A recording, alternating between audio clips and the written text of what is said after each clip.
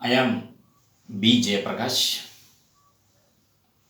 Of course, now I am not a VEO, but I was a VEO for nearly a decade, nearly 1.5 decades. Now I am an extension officer.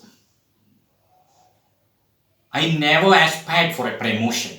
In fact, this promotion was just to satisfy the friendly compulsions of some of my colleagues and officers.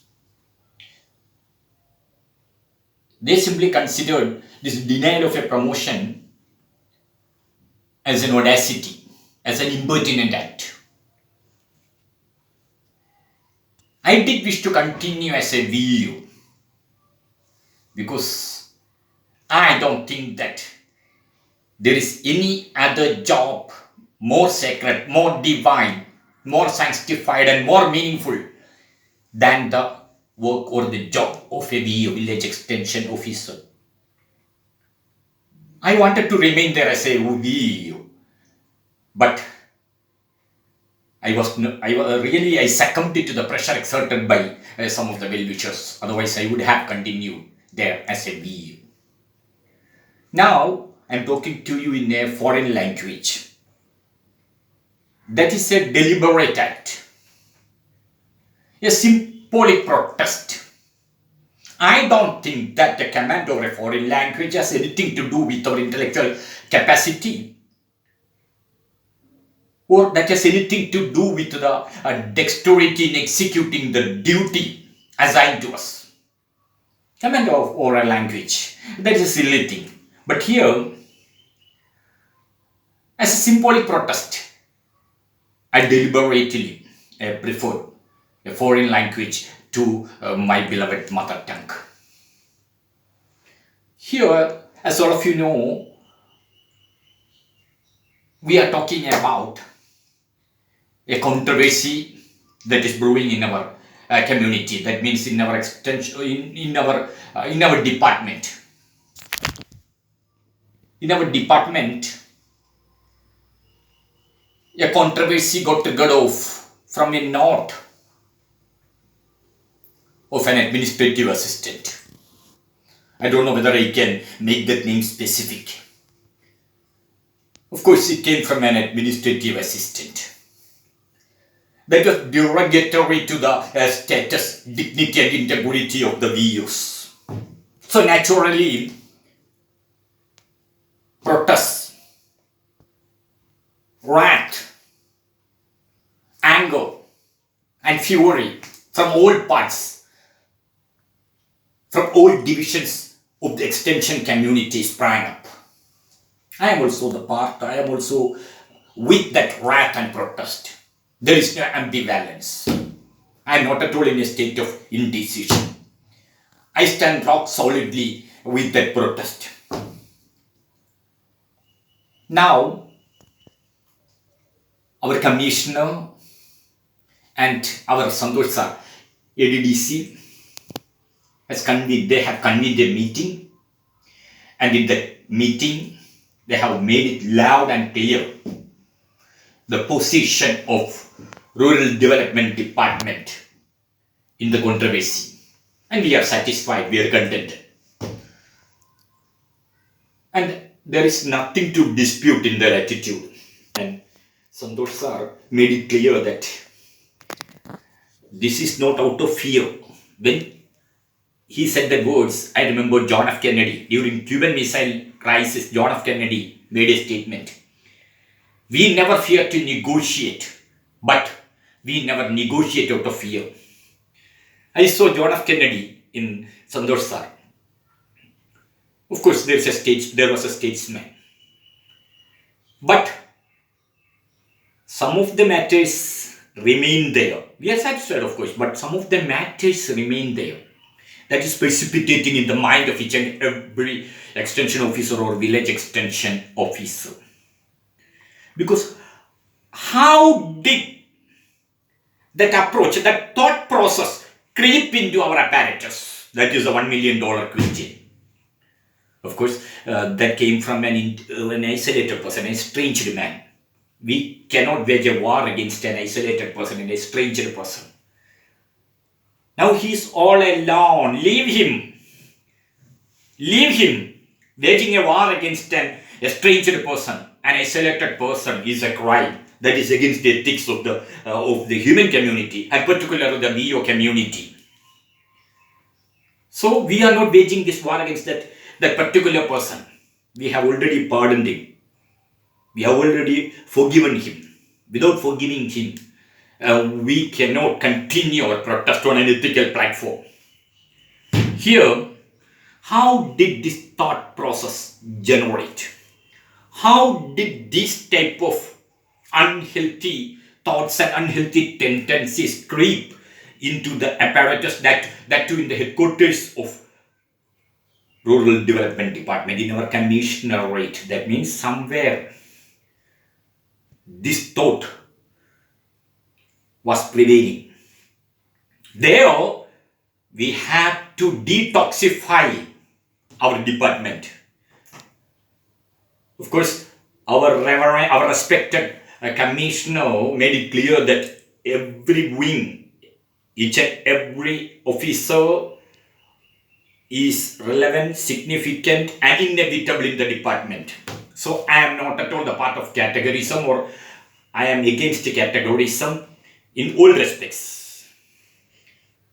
Categorism is against the collective bargaining of the working class. So politically, I beg to disagree with that categorical tendency. But here I am not at all saying anything in that category spirit. Here I wish to say that even though every officer or every category is relevant, significant, and important in our department, VEO community is entirely different, a bit different. Don't think that they are better or in any way they are more important than others. There, of course, a categorism comes, that one of categorism. But I wish to say that VEOs are a bit different because they are waging a war. They are working as commandos in the underground shelters of poverty. That means they are in a war field. Of course, now they are in a war field against the pandemic. But that is not the case. Every day they are in a war field. Every day they are in a war field. So we have to respect them in that sense because their job is entirely different. Then when we take that letter, that note into consideration, I know that they all, unfortunately, the educational qualification of the VEOs are scornfully mentioned. Here, I am a law graduate, but I took 10 years to complete my law. My academic qualification is quite miserable, but that is not the case with my colleagues. I know that vast majority of them are postgraduates who have cleared net and set. Their intellectual capacity or their resourcefulness. I have worked with scores of VEOs, but their resourcefulness was quite amazing to me.